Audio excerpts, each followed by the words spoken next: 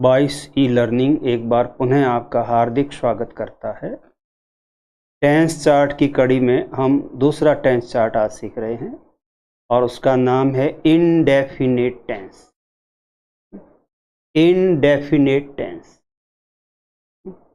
इससे पहले हमने पढ़ा कंटिन्यूस टेंस, उसके बाद हम पढ़ेंगे परफेक्ट टेंस, उसके बाद परफेक्ट कंटिन्यूस टेंस। हर टेंस में तीन तीन भाग है, प्रेजेंट, पास्ट और फ्यूचर। हर एक के अंदर तीन तीन जो है वो भाग है। इस तरह कुल 4 चार्ट में ये टेंस का काम पूरा होता है, कंप्लीट होता है।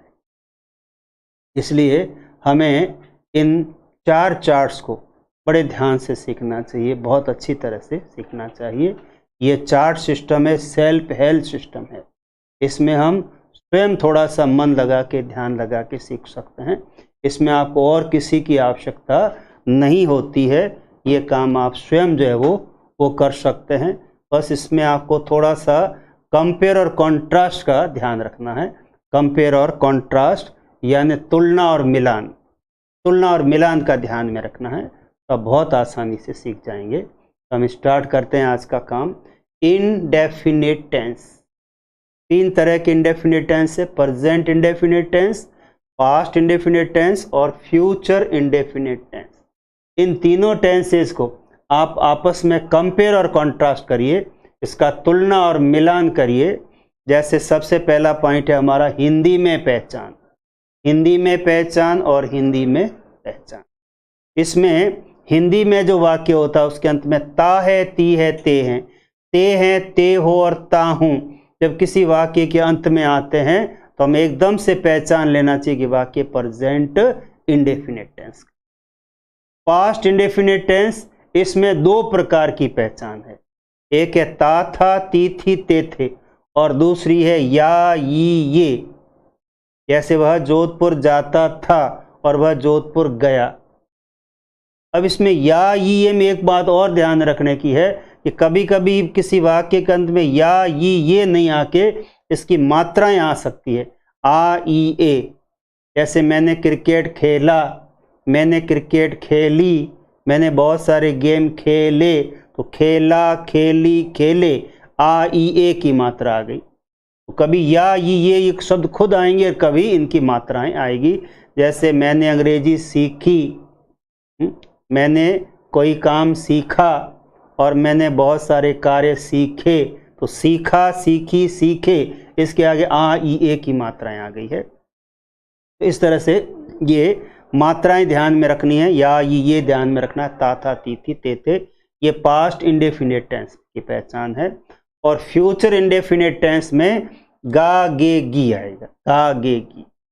ये जो इंडेफिनिट टेंस है इसको कभी कभी सिंपल टेंस भी कह सकते हैं, लेकिन प्रेजेंट इंडेफिनिट टेंस ये शब्द हम ज़्यादा उपयोग में लेंगे। इस प्रकार से ये आपके जो है शुरुआत हो गई है टेंस चार्ट की। इसको ध्यान से देखिए, ध्यान से इसको समझिए और कंपेयर और कॉन्ट्रास्ट करते हुए इसको अच्छी तरह से अपने दिमाग में बिठाने की कोशिश करिए। इसके बाद हम इसके सेंटेंस बनाना सीखते हैं, वाक्य बनाना सीखते हैं। मैं अंग्रेजी सीखता हूँ, इसके पीछे ता हूँ पहचान आई है, तो एकदम पहचान लो ये वाक्य प्रेजेंट इंडेफिनिट टेंस का है। और वह कपड़े धोती है, पीछे ती है आया, इसका मतलब ये वाक्य प्रेजेंट इंडेफिनिट टेंस का। एकदम से पहचानना सीखिए और ऐसे बहुत सारे वाक्य बनाइए कि वह खाना पकाती है, वह फर्श साफ करती है, वह अंग्रेजी बोलती है, वह कोई भी गृह कार्य वगैरह करती है। तो इस तरह से एक नहीं बहुत सारे वाक्य बनाने की कोशिश करिए। अब भूतकाल में 2 पहचान, इसमें 2 वाक्य बनेंगे, पर अंग्रेजी केवल एक ही बनेगी। मैं अंग्रेजी सीखता था और दूसरे शब्दों में कहते हैं मैंने अंग्रेजी सीखी। यह 2 तरह की पहचान है। वह कपड़े धोती थी और उसने कपड़े धोए, ये पहचान आई। यहाँ सीखी, ई की मात्रा आई है। ऐसे पीछे मात्राएं आती है, कभी एक खुद शब्द आते हैं, या, ये। इस तरह से हम जितने ज़्यादा से ज़्यादा वाक्य बना सकते हैं 10, 20, 25, 50 जितने ज़्यादा वाक्य बनाएंगे हम उस बिंदु के अंदर बहुत ही कुशल बन जाएंगे, बहुत ही होशियार बन जाएंगे। तीसरा पॉइंट है, तीसरा एग्जाम्पल है, मैं अंग्रेजी सीखूंगा। मैं अंग्रेजी सीखूंगा और वह कपड़े धोएगी। पीछे क्या आ गया है? पीछे आ गया गागेगी।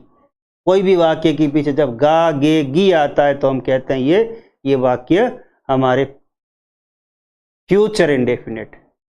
अब फ्यूचर इंडेफिनिट हम सीख रहे हैं, और इससे पहले हमने सीखा फ्यूचर कंटिन्यूअस। तो दोनों को दिमाग में कंपेयर कॉन्ट्रास्ट करिए। फ्यूचर कंटिन्यूअस में क्या वाक्य था कि मैं अंग्रेजी सीख रहा होऊंगा, और यहाँ मैं अंग्रेजी सीखूंगा।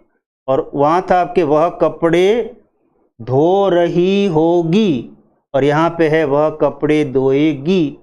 तो पीछे जा कर के वाक्य की कैसी बनावट होती है, उस बनावट के ऊपर ध्यान रखते हुए इस तरह के वाक्य हमारे दिमाग में बिठाने की कोशिश करिए, याद करने की कोशिश करिए। ये काम था आपका हिंदी में पहचान। हिंदी में पहचान था तीनों टेंसेज में। अब हम आगे बढ़ते हैं और अगला बिंदु सीखते हैं। नेक्स्ट नंबर 2 बिंदु है, वो है आपके अंग्रेजी में पहचान। अंग्रेजी में पहचान और अंग्रेजी में पहचान। ये अंग्रेजी में जो पहचान है, हर टेंस में इसके 2 नियम है। 2 प्रेजेंट में, 2 पास्ट में और 2 फ्यूचर में। 2 नियम है। दोनों नियम को बड़े ध्यान से समझिए, बड़े ध्यान से सीखिए। प्रेजेंट इंडेफिनिट का हम रूल लेते हैं। प्रेजेंट इंडेफिनिट में यदि कर्ता यानी सब्जेक्ट आई, वी, यू, दे या बहुवचन शब्द हो तो मुख्य क्रिया मेन वर्ब की फर्स्ट फॉर्म का प्रयोग करना चाहिए। जैसे आई स्पीक, हिंदी होगी मैं बोलता हूं। अब कोई समझता है कि मैं बोलता हूं, इसमें हूं की अंग्रेजी आई नहीं है, और वो जबरदस्ती आई और स्पीक के बीच में हूं की अंग्रेजी लिखने की कोशिश करता है तो उसका उत्तर गलत हो जाएगा। यानी कर्ता आई, वी, यू दे के जस्ट बाद में सीधी फर्स्ट फॉर्म लिखेंगे। इसके बीच में और कोई शब्द का प्रयोग हम नहीं करेंगे। किस स्थिति में? जब कोई भी वाक्य सकारात्मक होता है। जब कोई भी वाक्य सकारात्मक होता है तो आई स्पीक, आई और स्पीक के बीच में और कोई सहायक क्रिया या अन्य शब्द का प्रयोग हम नहीं कर सकते। ये पहला नियम है, नियम नंबर 1। अब हम जो है पास्ट के अंदर आते हैं और उसका पहला नियम सीखते हैं कि सभी कर्ताओं, कोई भी कर्ता हो, अंग्रेजी में जो बेसिक सब्जेक्ट होते हैं ये 7 प्रकार के होते हैं। I, we, you, they, he, she, it और नेम्स। ये अंग्रेजी के बेसिक सब्जेक्ट है और उनका क्रम निश्चित है। इसी क्रम के अंदर हमें याद करना चाहिए। अच्छी तरह से याद करिए क्योंकि बार बार ये काम आएगा। 7 प्रकार के बेसिक सब्जेक्ट्स है। I, we, you, they, he, she, it और नेम्स। इसको हम बार बार बोलेंगे तो धीरे धीरे आपको अपने आप याद हो जाएगा। अंग्रेजी में 7 बेसिक सब्जेक्ट्स है। I, we, you, they, he, she, it और नेम्स। इसके अलावा भी बहुत सारे सब्जेक्ट्स है तो अपन धीरे धीरे आगे सीखेंगे। वो एडवांस्ड जो सब्जेक्ट है उसको हम और आगे सीखेंगे। तो ये जो है कोई भी सब्जेक्ट हो सीधी सेकंड फॉर्म उसके बाद में के साथ मुख्य क्रिया की सेकंड फॉर्म का प्रयोग करना चाहिए। तो वो जो अंग्रेजी में वाक्य बनेगा उसको हम पहचान लेंगे कि ये वाक्य पास्ट इंडेफिनिट टेंस का है। और उसके बाद में अंग्रेजी में पहचान फ्यूचर के अंदर, तो इसमें भी 2 तरह की पहचान है, सहायक क्रिया और मुख्य क्रिया। सहायक क्रिया हेल्पिंग वर्ब है, इसमें शैल और शैल के साथ सब्जेक्ट आएगा आई, वी, और विल के अंदर शेष सभी सब्जेक्ट। शेष सब्जेक्ट कौन से बनेंगे? You, they, he, she, it और नेम्स। ऐसे जो है ये है। अब यदि आप ध्यान से अंग्रेजी सीखते हैं टेंस तो हम देखते हैं कि हमने पहले जो सीखा उसमें मेन वर्ब पहले सीखी और हेल्पिंग वर्ब बाद में सीखी। और इधर भी पहले हम सीखते हैं मेन वर्ब और उसके बाद में सीखते हैं हेल्पिंग वर्ब। लेकिन फ्यूचर कंटिन्यूअस इसके बाद में 9 टेंस और है, उन सभी के अंदर ये क्रम रहेगा। क्या? सहायक क्रिया पहले सीखेंगे और मुख्य क्रिया उसके बाद में सीखेंगे। ये सहायक क्रिया और मुख्य क्रिया 2 बिंदु है, ये हर टेंस में सीखने बहुत जरूरी है। और किस क्रम में सीखते हैं, कैसे सीखते हैं। किस वाक्य में जो है सकारात्मक वाक्य है तो उसमें सहायक क्रिया का प्रयोग नहीं होता है, किस टेंस में सकारात्मक वाक्य में भी सहायक क्रिया का प्रयोग किया जाता है। ये सारी बातें जब हम ध्यान से इस टेंस चार्ट को देखेंगे तो स्वतः ही समझ में आ जाएगी। बहुत इजी चार्ट है, बहुत इजी जो है वो सिस्टम है। अब आगे बढ़ते हैं। नेक्स्ट, वी राइट सहायक क्रिया हेल्पिंग वर्ब इसमें नहीं होती है। किसमें? प्रेजेंट इंडेफिनिट के सकारात्मक वाक्य में कोई सहायक क्रिया नहीं होती। वी राइट, वी और सीधी फर्स्ट फॉर्म वी राइट, इसमें सहायक क्रिया होती है, हेल्पिंग वर्ब होती है, लेकिन कब होती है? जब वाक्य नकारात्मक होता है, प्रश्नवाचक होता है। जब वाक्य नकारात्मक और प्रश्नवाचक वाक्य होता है तब सहायक क्रिया काम आती है, और वो सहायक क्रिया आती है do plus first form. Do और उसके पीछे फर्स्ट फॉर्म का प्रयोग करते हैं, जैसे we do not write, we do लिखा, आगे नॉट और उसके आगे मुख्य क्रिया की first form. We do not write, हम नहीं लिखते हैं। ये वाक्य निगेटिव है, निगेटिव इसलिए सहायक क्रिया डू आई है। यहाँ पे आप ध्यान दें, वी राइट, ये वाक्य सकारात्मक है, तो वी और राइट के बीच में कोई जो है वो सहायक क्रिया नहीं होगी। हम जब इसकी हिंदी बनाएंगे तो ऐसे बनेगा, हम लिखते हैं। अब कई सोचता है हम लिखते हैं, अब हैं की अंग्रेजी नहीं आई इसमें, और जबरदस्ती हैं की अंग्रेजी लिखने की कोशिश करते हैं वी और राइट के बीच में, तो वो सही नहीं है। ये बहुत महत्वपूर्ण काम है, बहुत महत्वपूर्ण बात है, ध्यान देने योग्य बात है। अब हम इस तरफ आते हैं, पास्ट इंडेफिनिट में सेकंड फॉर्म का प्रयोग करना चाहिए। सेकंड फॉर्म का प्रयोग होगा इसके अंदर, कर्ता कोई भी हो, I, we, you, they, he, she, it, कोई भी कर्ता हो, सेकंड फॉर्म ही आएगी। कर्ता और सेकंड फॉर्म कब? जब वाक्य सकारात्मक होगा तो। नकारात्मक प्रश्नवाचक होगा तो उसमें सहायक क्रिया का प्रयोग हम सीखेंगे थोड़ा आगे चल करके। और ये जो टेंस है इसमें हमने ऊपर सीखा है कि सहायक क्रिया इसमें शैल विल आती है, शैल आती है आई वी के साथ, और विल आती है बाकी से सभी के।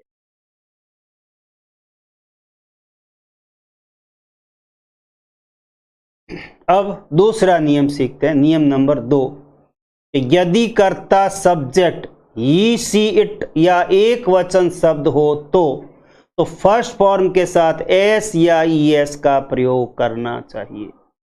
ये प्रेजेंट इंडेफिनिट का दूसरा नियम है। हमारे पास 7 कर्ता है, I, we, you, they, he, she, it. तो पहले जो 4 कर्ता है आई, वी, यू, दे, उसका तो पहला नियम है, और पीछे के जो 3 है ही, सी, इट और नेम्स, ही में पुल्लिंग के नाम, सी में स्त्रीलिंग के नाम, इट में नपुंसकलिंग के नाम।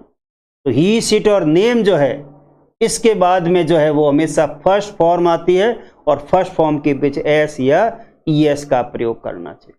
अब एस कहाँ था, ईएस कहाँ था? इसका क्या नियम है कि एस है वो 90%, 95% एस ही आता है, और ईएस बहुत कम आता है, इसलिए ईएस का नियम हमें याद रखना चाहिए। तो एस तो अपने आप हमारे दिमाग में आ जाएगा। तो नोट, ईएस का प्रयोग उन क्रियाओं के साथ करना चाहिए जिसके अंत में, क्रिया के लास्ट में देखिए, अंत में ओ हो, डबल एस हो, एस एच हो, सी एच हो तो उसके आगे ईएस आएगा।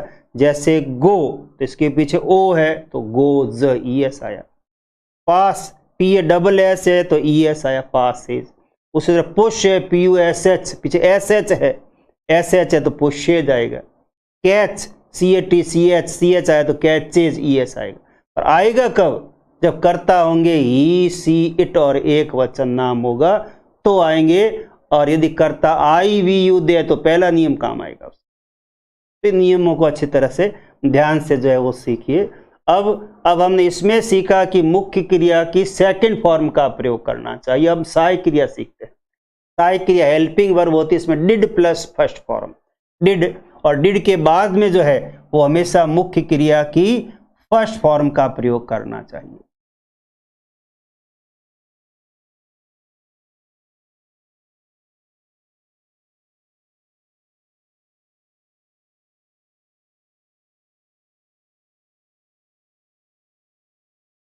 डिड और डिड के बाद हमेशा मुख्य क्रिया की फर्स्ट फॉर्म आई है, इसको हम फर्स्ट कहेंगे, 2 आई है तो सेकंड, 3 आई है तो थर्ड। तो फर्स्ट फॉर्म का प्रयोग करना चाहिए डिड के बाद में। डिड के बाद यदि आप सेकंड फॉर्म का प्रयोग करेंगे तो वाक्य गलत हो जाएगा। इस तरह से हमने पहले क्या सीखा कि यदि कर्ता आई वी यू दे है तो ही सीट, कोई भी करता है उसके आगे सेकंड फॉर्म आएगी।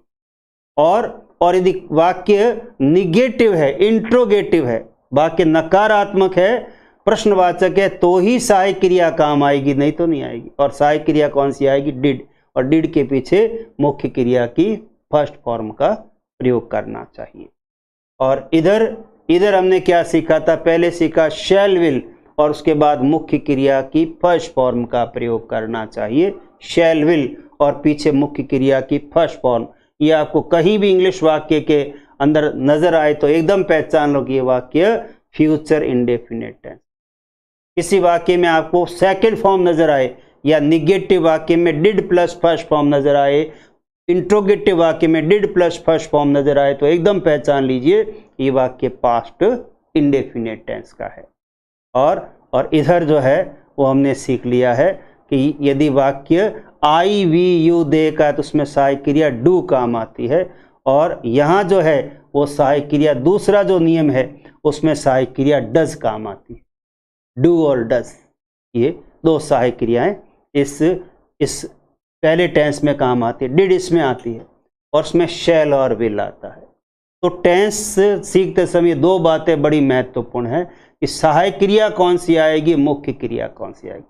सहायक क्रिया कौन सी कब आएगी? सकारात्मक वाक्य में क्या आएगी, नकारात्मक प्रश्नवाचक वाक्य में क्या आएगी। इसको अच्छी तरह से समझना होता है इस टेंस चार्ट के अंदर। पुशेज और कैचेज, ये दो एग्जाम्पल और आगे। अब सहायक क्रिया क्या आएगी इसके अंदर? डज प्लस फर्स्ट फॉर्म का प्रयोग करेंगे। केवल नकारात्मक प्रश्न वाक्यों में ही करेंगे, अदरवाइज नहीं करेंगे। जैसे she does not catch a ball, वह गेंद नहीं पकड़ती है। Does she catch a ball, क्या वह गेंद पकड़ती है? यानी जब वाक्य प्रश्नवाचक होता है, नकारात्मक होता है, तभी डज का प्रयोग आएगा।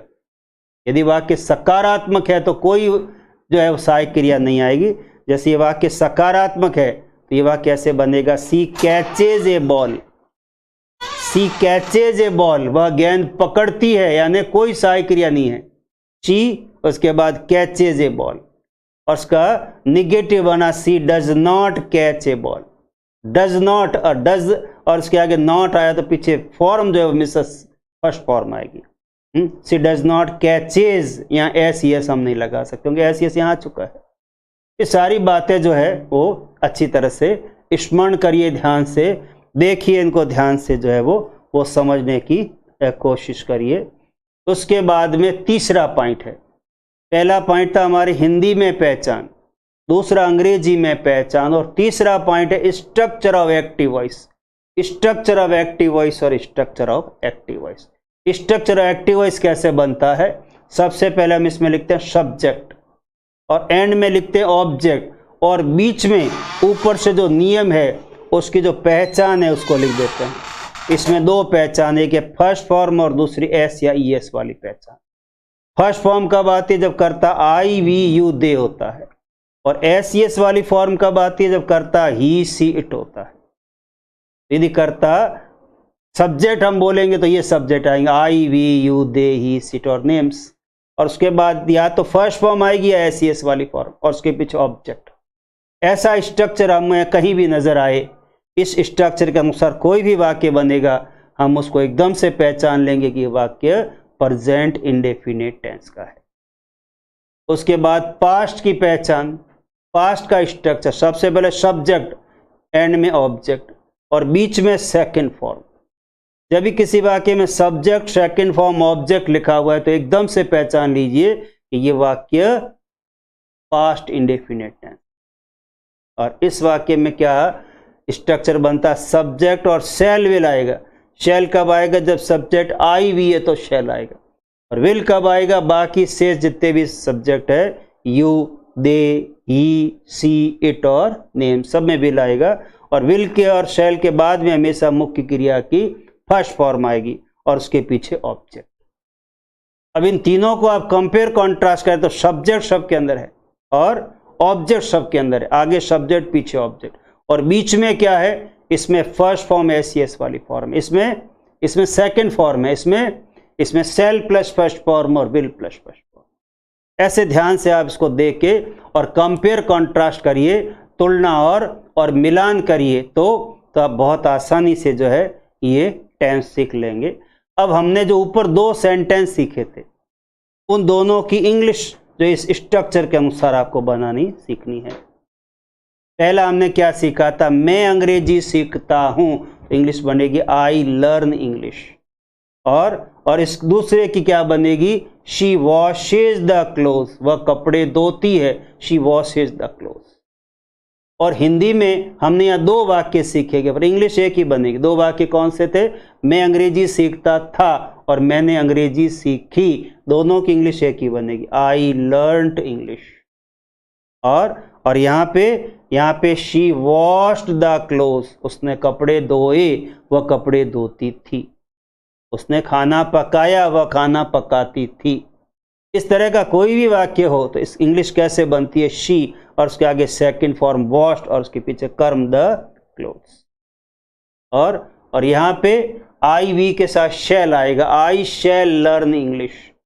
और बाकी सब में आएगा she will wash the cloth, बाकी सब में सहायक क्रिया विल आएगी, ही सी इट और यू दे इसके अंदर। और आई और वी है तो शैल आएगा, शैल प्लस फर्स्ट। तो ये 2 वाक्य हमने बनाने सीखे अंग्रेजी में। पहले हमने हिंदी सीखा और अब हम अंग्रेजी बनाना सीखते हैं। अब इसके बाद में आपको क्या सीखना है, इसके बाद में आपको सीखना structure of passive voice, structure of passive voice और structure of passive voice. Structure of passive voice आपको सीखना है। स्ट्रक्चर ऑफ पैसिव वॉइस में हम क्या करते हैं, सबसे पहले ऑब्जेक्ट को आगे छांट के लिखते हैं, ऑब्जेक्ट को आगे छांट के लिखते हैं, ऑब्जेक्ट को आगे छांट के।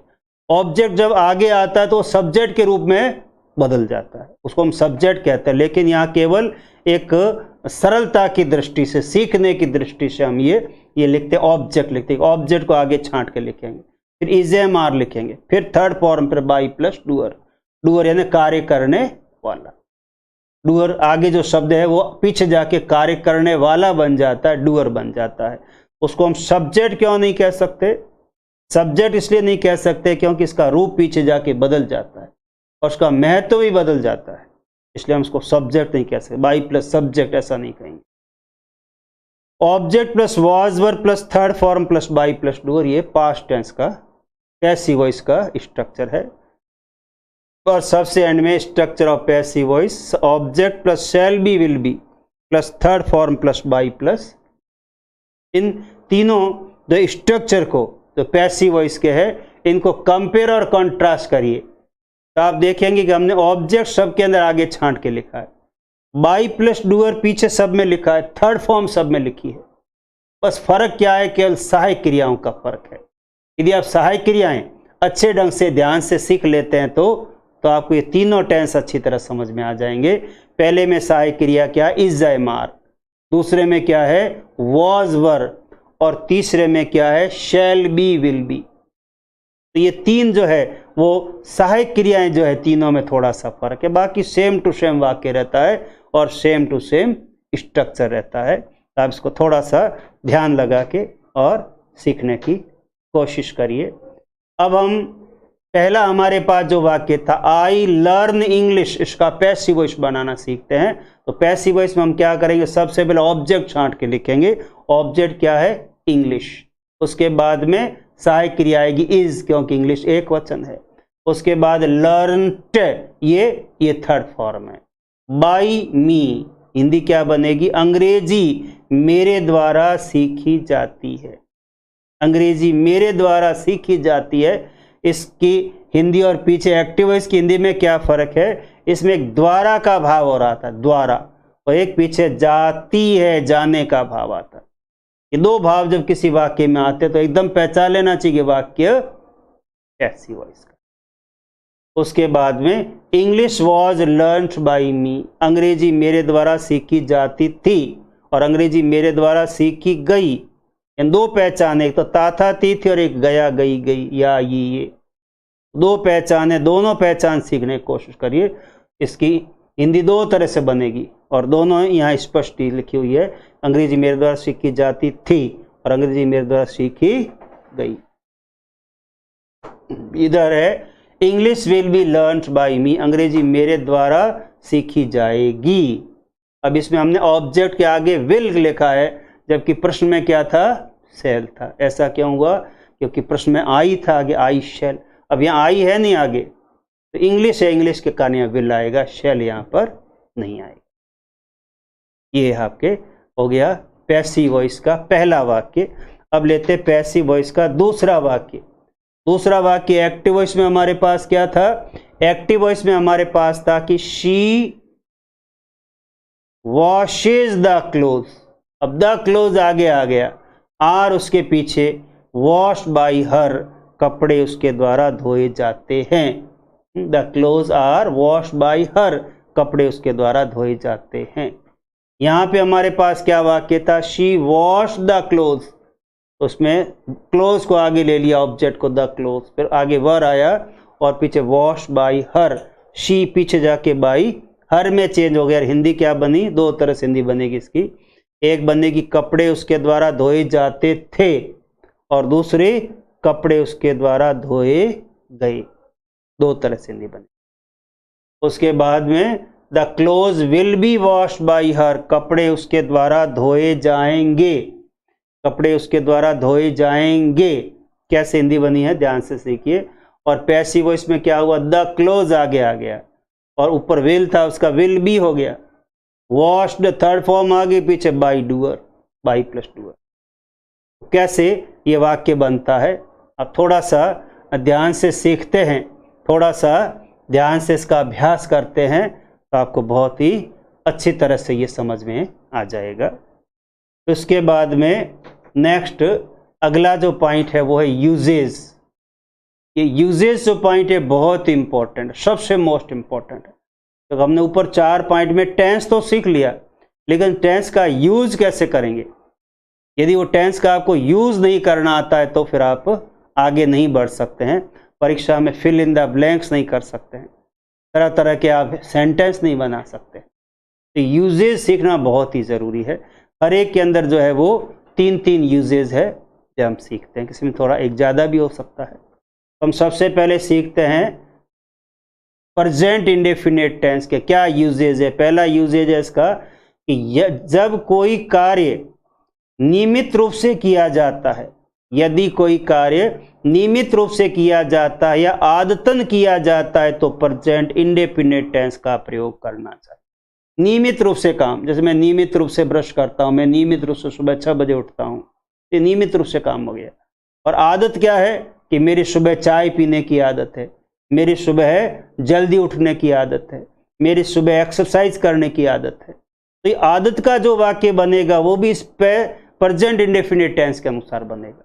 और कोई नियमित कार्य का है तो वो भी जो है वो इसमें बनेगा। नियमित रूप से, इसको हम इंग्लिश में कहेंगे रेगुलरली, और आदतन इसको इंग्लिश में कहेंगे हैबिचुअली। कोई भी वाक्य रेगुलरली होता है, हैबिचुअली होता है, तो उस वाक्य की जब अंग्रेजी बनाएंगे तो उसके अंदर प्रेजेंट इंडेफिनिट टेंस ही आएगा, दूसरा कोई टेंस नहीं आ सकता। अभी इसके हम नीचे एग्जाम्पल सीखेंगे। पहले हम इसको ले लेते हैं पास्ट इंडेफिनिट, कि जब यदि कोई कार्य भूतकाल में पूर्ण रूप से समाप्त हो गया है, अर्थात बीती हुई घटनाओं के साथ पास्ट इंडेफिनिट टेंस का प्रयोग करना चाहिए।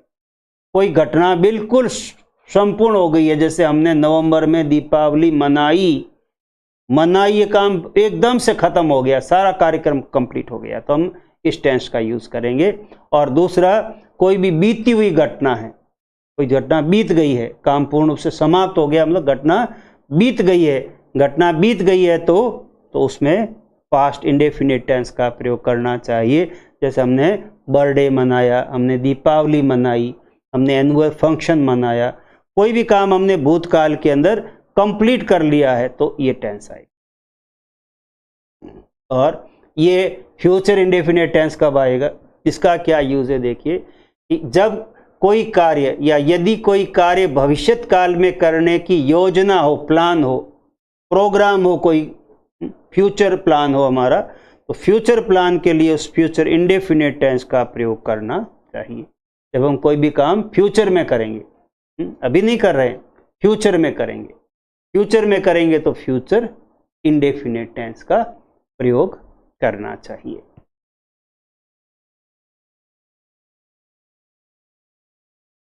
अब एग्जाम्पल हम लेते हैं कि कैसे प्रेजेंट पास्ट फ्यूचर में कैसे काम होता है।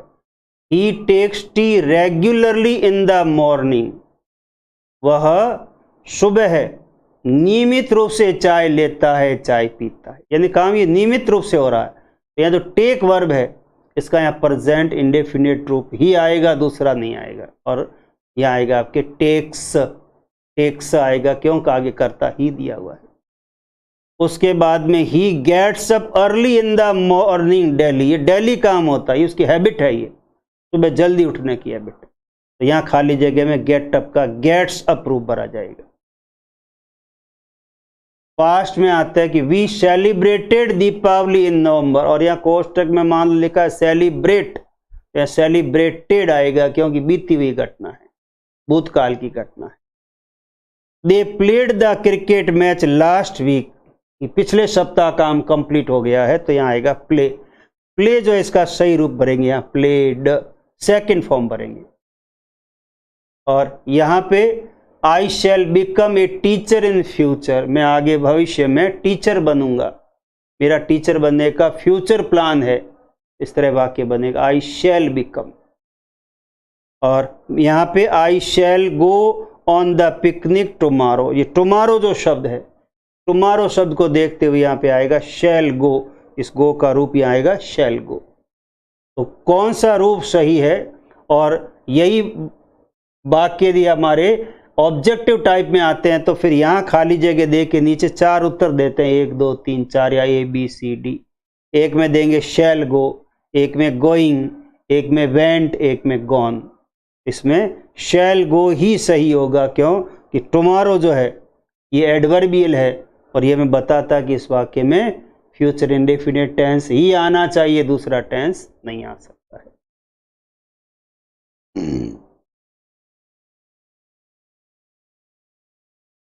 उसके बाद में दूसरा यूजेज नंबर 2, दूसरा यूज क्या है कि जब कोई कार्य सार्वभौमिक सत्य के अनुसार किया जाता है तो प्रेजेंट इंडेफिनिट टेंस का यूज करना चाहिए, प्रयोग करना चाहिए। अब सार्वभौमिक क्या होता है? सार्व यानी सब और भौमिक यानी पृथ्वी। ऐसा कार्य जो पूरी पृथ्वी के ऊपर सत्य माना जाता है उसको कहते हैं सार्वभौमिक सत्य। जैसे सूर्य पूर्व दिशा में उदय होता है, विश्व में कहीं भी, पूरी पृथ्वी में कहीं भी जाके कहेंगे, सब कहेंगे हाँ ये वाक्य तो सही है, सत्य है। इसको हम कहते हैं सार्वभौमिक सत्य। और इंग्लिश में क्या कहते हैं? Universal truth. यूनिवर्सल ट्रुथ का कोई भी वाक्य है उसमें प्रेजेंट इंडेफिनिट टेंस का ही प्रयोग करना चाहिए, और कोई कंटिन्यूस या परफेक्ट या और कोई टेंस का प्रयोग नहीं करना चाहिए। इधर आते हैं पास्ट टेंस में कि जब कोई कार्य के शुरू में, जब किसी वाक्य के शुरू में इट इज टाइम प्लस कर्ता दिया हुआ हो तो पास्ट इंडेफिनिट टेंस का प्रयोग करना चाहिए। वाक्य के शुरू में देखिए, स्टार्ट में देखिए, इट इज टाइम और उसके बाद कर्ता होगा। कर्ता क्या होता है? 7 कर्ता होते हैं। आई हो सकता है, वी हो सकता है, यू हो सकता है। आई, वी, यू, दे और ही, सी, इट, इसमें से कोई भी सब्जेक्ट हो सकता है। तो हम किसका प्रयोग करेंगे? हम प्रयोग करेंगे सेकंड फॉर्म का प्रयोग करेंगे। कैसे? इसके भी एग्जाम्पल हम नेक्स्ट जो है वो PDF में लेते हैं। जब सहायक उपवाक्य सबऑर्डिनेट क्लॉज में प्रेजेंट इंडेफिनिट टेंस हो तो मुख्य उपवाक्य में मेन क्लॉज में फ्यूचर इंडेफिनिट टेंस का प्रयोग करना चाहिए। ये नियम बड़े ध्यान से समझिए, अच्छी तरह समझिए। इसका यूज और इसका विस्तार से अब जो है वो वर्णन पीछे जो है वो सीखते हैं, आगे वाले PDF में सीखते हैं। अब हमने पीछे सीखा है नियम, क्या सीखा है?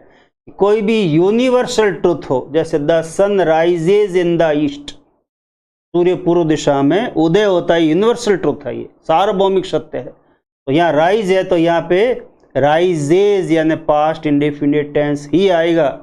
दूसरा कोई टेंस हम यहाँ खाली जगह में नहीं भर सकते। मैग्नेट अट्रैक्ट्स आयरन, चुंबक लोहे को अपनी ओर आकर्षित करता है। तो मैग्नेट अट्रैक्ट्स एस वाली फॉर्म का प्रयोग है, यानी प्रेजेंट इंडेफिनिट टेंस का प्रयोग है। क्यों? क्योंकि ये भी एक सार्वभौमिक सत्य है, यूनिवर्सल ट्रुथ है, एक साइंटिफिक फैक्ट है। ये कोई भी साइंटिफिक फैक्ट होता है, यूनिवर्सल ट्रुथ होता है, तो उसके अंदर हमेशा प्रेजेंट इंडेफिनिट टेंस का प्रयोग करना चाहिए। ये वाक्य, इसका नियम हमने पीछे पढ़ा, एक बार और ध्यान से समझिए। किसी वाक्य के शुरू में इट इज टाइम और आगे सब्जेक्ट लिखा हुआ है। सब्जेक्ट क्या होता है? आई, बी, यू है, यहाँ पे दे हो सकता है, इज, इट हो सकता है। तो यहाँ पे हमेशा पास्ट इंडेफिनिट आएगा, मुख्य क्रिया की सेकंड फॉर्म आएगी। स्टार्टेड योर स्टडीज, ये समय है कि आपको अपनी स्टडी शुरू करनी है। ये इस तरह से इसका भाव है, इसके भाव को भी ध्यान से समझिए और मुख्य रूप से ये नियम याद रखिए, और बहुत महत्वपूर्ण नियम है। विभिन्न परीक्षाओं में पूछा जाता है कि यदि किसी वाक्य के शुरू में इट इज टाइम लिखा हुआ है, तो यहाँ जो खाली जगह दी हुई है, यहाँ जो भी वर्ब फॉर्म है उसकी यहाँ सेकंड फॉर्म भरनी चाहिए, started second form. Second form क्यों भरी? क्या नियम है कि वाक्य के शुरू में इट इज टाइम लिखा है, उसके पीछे क्या है? यू क्या है? सब्जेक्ट है। यहाँ यू की जगह आई हो सकता है, आई, वी, यू, दे हो सकता है, ई, सी, इट हो सकता है। हम या एग्जामिनर ज़्यादातर यहाँ यू ही क्यों लिखता है? तो यू थोड़ा कंफ्यूजिंग वर्ड है, यू कंफ्यूजिंग वर्ड है। यू सब्जेक्ट भी होता है, यू ऑब्जेक्ट भी होता है। इस कंफ्यूजन में डालने के लिए यह यू का प्रयोग परीक्षक ज़्यादा करते हैं। उसके बाद इधर हम आते हैं, if you work hard you will get success. इसको बड़े ध्यान से समझिए। इफ़ यू वर्क हार्ड, यहाँ तक कि जो वाक्य इसका नाम है सबऑर्डिनेट क्लॉज, यानी सहायक उपवाक्य, और पीछे वाला जो वाक्य इसका नाम है मुख्य उपवाक्य, मेन क्लॉज। नियम क्या कहता है कि यदि सबऑर्डिनेट क्लॉज में प्रेजेंट इंडेफिनिट टेंस है तो मेन क्लॉज में फ्यूचर इंडेफिनिट का प्रयोग करना चाहिए। ये वाला वाक्य देखिए, इफ़ यू वर्क हार्ड, इसमें ये जो वर्क शब्द है ये क्या है? ये है प्रेजेंट इंडेफिनिट टेंस है। और जो पीछे वाला वाक्य मुख्य उपवाक्य है उसमें टेंस देखिए कौन सा है? Will plus first form, will plus first में future indefinite tense.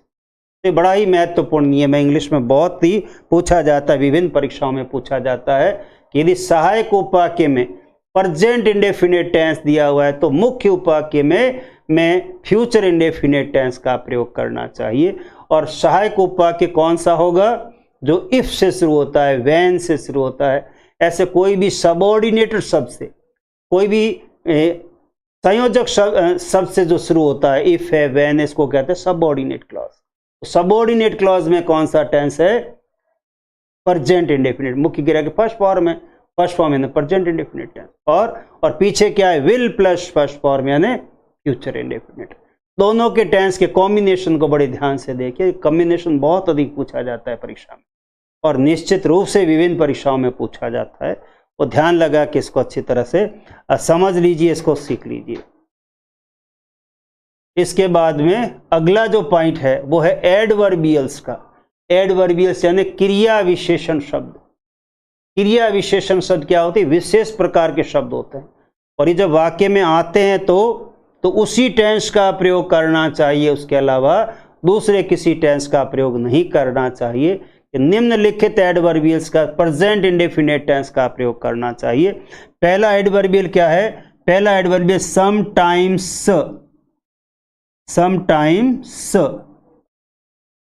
Sometimes S होना चाहिए पीछे। समटाइम्स का मतलब है कभी कभी, और एस हटा दे तो फिर वो कोई एडवर्बियल नहीं रहता, फिर एक साधारण शब्द बनेगा। सम यानी कुछ, और टाइम यानी समय, कुछ समय। एस लगने से मीनिंग चेंज हो जाएगा और ये एडवर्बियल बन जाएगा, उसका मतलब होगा कभी कभी। समटाइम्स, कभी कभी। ये समटाइम्स किसी भी वाक्य में आगे पीछे आता है, बीच में आता है, तो उस वाक्य में प्रेजेंट इंडेफिनिट टेंस ही आएगा, दूसरा टेंस नहीं आएगा। इसी तरह से इसमें हम लेते हैं कि जब मुख्य उपवाक्य मेन क्लॉज में, इसी तरह का हुआ है, पीछे वाला पॉइंट है वैसा ही है, वुड प्लस फर्स्ट फॉर्म दिया हुआ हो तो सहायक उपवाक्य में सबऑर्डिनेट क्लॉज में पास्ट इंडेफिनेट का प्रयोग करना चाहिए। इसमें भी दो क्लॉज बनेंगे, एक मेन क्लॉज और एक सबऑर्डिनेट क्लॉज। और सबऑर्डिनेट क्लॉज वो होता है जो हमेशा इफ है या व्हेन इन शब्दों से शुरू होता है, ज्यादातर इफ से होता है और व्हेन से होता है। तो जो इफ वाला वाक्य है, व्हेन वाला वाक्य है, उसके अंदर जो है वो कौन सा टेंस आएगा और मेन क्लॉज में कौन सा टेंस आएगा, ये इसी महत्वपूर्ण बात है, ध्यान देने योग्य बात है। और इसमें एडवर्बियल्स कौन से होते हैं, इसमें एडवर्बियल्स फ्यूचर इंडेफिनिट टेंस के अंदर कौन कौन से एडवर्बियल होते हैं वो भी हम इस नेक्स्ट पॉइंट के अंदर सीखते हैं, नेक्स्ट पीडीएफ में सीखते हैं। Often, seldom, usually, generally, every day, on Monday, every month, twice a day. Meaning क्या हुआ, ऑफन यानी प्रायः, सेल्डम यानी बहुत कम, यूजुअली यानी प्रायः, इन दोनों का मीनिंग सेम है। जनरली यानी सामान्य रूप से, एवरी डे प्रतिदिन, ऑन मंडे सोमवार को, एवरी मंथ प्रत्येक माह, और ट्वाइस ए डे दिन में 2 बार। ये शब्द किसी भी वाक्य में आगे आते हैं, पीछे आते हैं, बीच में आते हैं, तो उस वाक्य में प्रेजेंट इंडेफिनेट का ही प्रयोग करना चाहिए। ये प्रेजेंट इंडेफिनेट के मुख्य शब्द है, मुख्य जो है वो बिंदु है। और इससे पहले जो एक शब्द था आपने सीखा था समटाइम्स, और उसमें एक शब्द और होता है, उसमें थोड़ा सा अपवाद भी है, लेकिन वो शब्द भी बड़ा अच्छा शब्द है, और वो शब्द है ऑलवेज। ऑलवेज यानी हमेशा। ये ऑलवेज शब्द जब किसी वाक्य में होता है तो उस वाक्य में भी ज़्यादातर 99% प्रेजेंट इंडेफिनेट आता है। लेकिन कभी कभी शिकायत का भाव हो, ग्रीवेंसेस का भाव हो, कंप्लेंट का भाव, हमने सीखा है कंटिन्यूस टेंस में, ध्यान से देखना कंटिन्यूस टेंस, तो उसमें ऑलवेज आ जाए तो उसमें कंटिन्यूस टेंस का भी प्रयोग हो सकता है।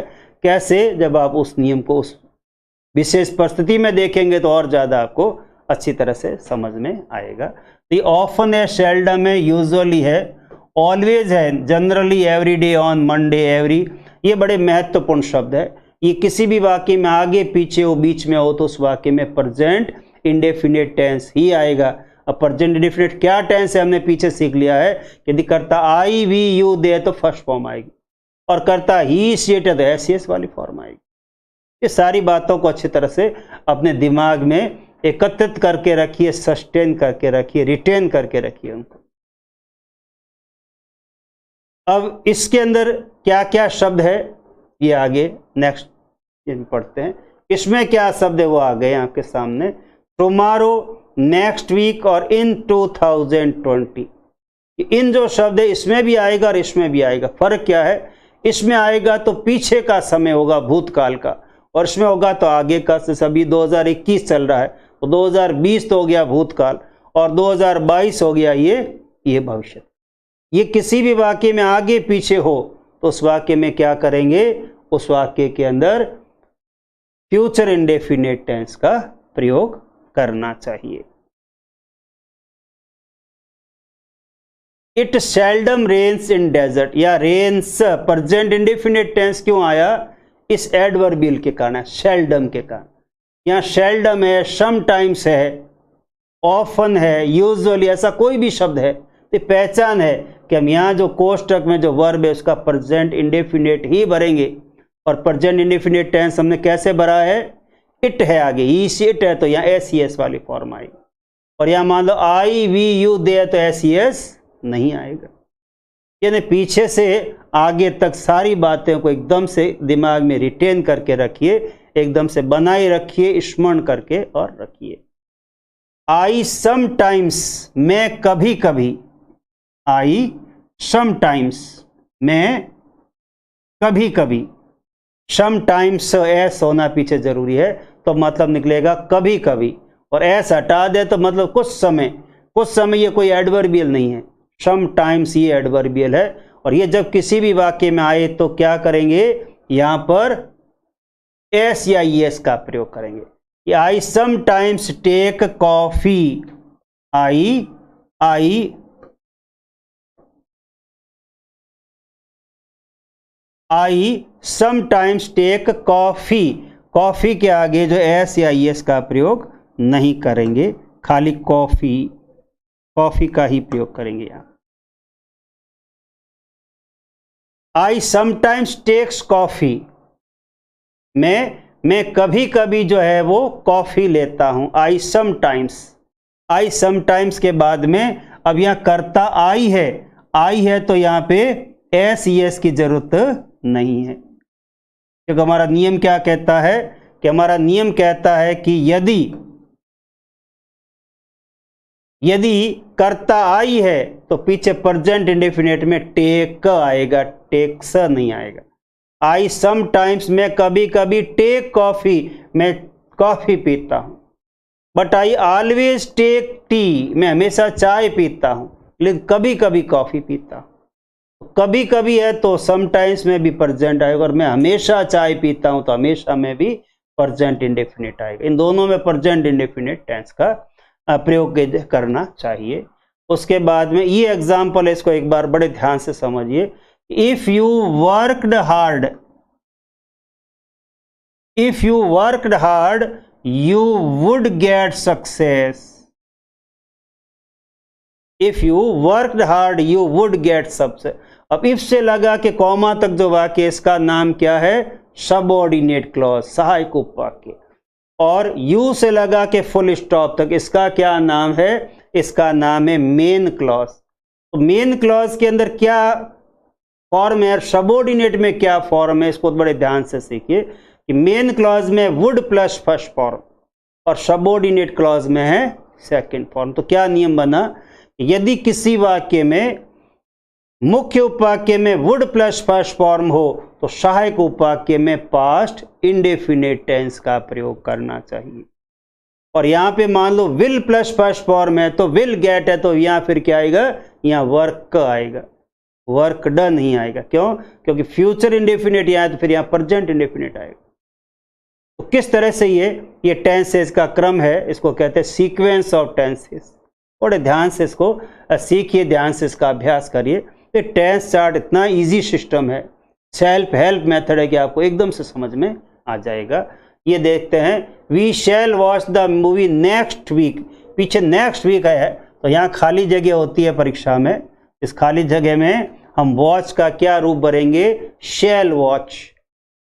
शैल वॉच हम यहाँ पे भरेंगे, क्यों भरेंगे, क्योंकि ये नेक्स्ट वीक जो है, next week, next month, next year, ये एक पहचान है किसकी, फ्यूचर इंडेफिनिट की।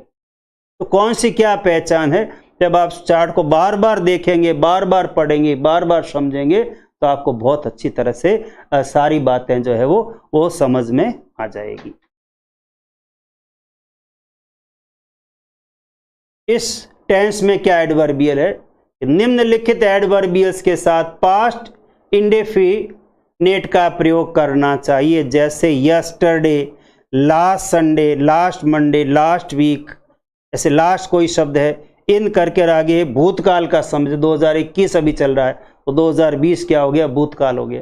इन 2020 कहीं भी लिखा हुआ है, इन 2020 कहीं भी लिखा हुआ है तो तब खाली जगह के अंदर पास्ट इंडेफिनिट टेंस का प्रयोग करेंगे। और फ्यूचर में कोई हैबिचुअल एक्शन बताने के लिए कि भविष्य में हमारी ये आदत पड़ जाएगी, भविष्य की आदत बतानी हो तो भी फ्यूचर इंडेफिनिट टेंस का प्रयोग करना चाहिए। He went to Jodhpur yesterday, he went to Jodhpur yesterday, yesterday यहाँ पे आया तो यहाँ क्या आएगा, went आएगा, सेकंड फॉर्म आएगी, पास्ट इंडेफिनिट टेंस आएगा। क्यों आएगा, क्योंकि yesterday एक ऐसा एडवर्बियल है जो पास्ट इंडेफिनिट को बताता है।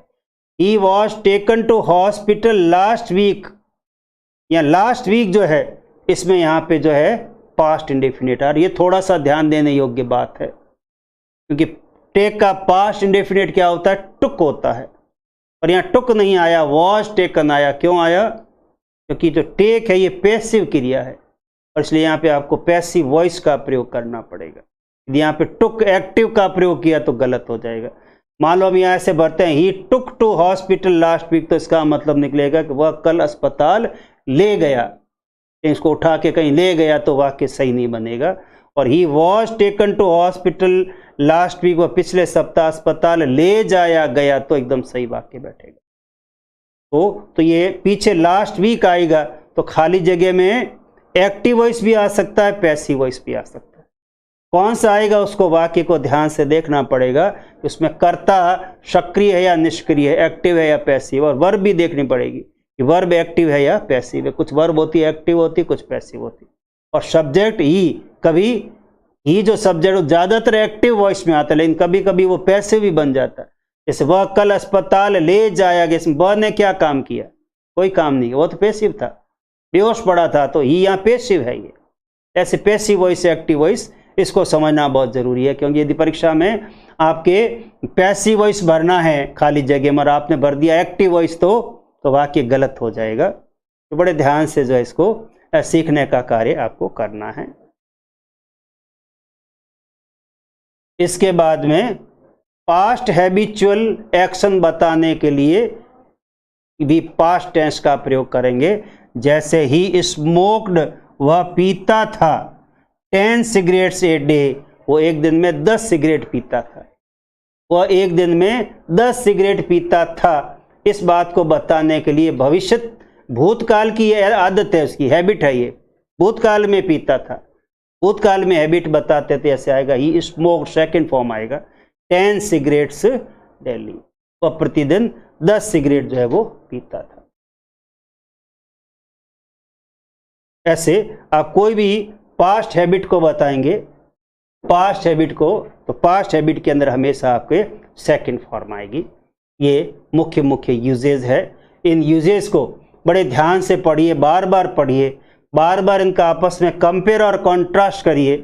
जब आप कंपेयर और कॉन्ट्रास्ट करेंगे तो ये काम आप बहुत अच्छी तरह से सीख जाएंगे।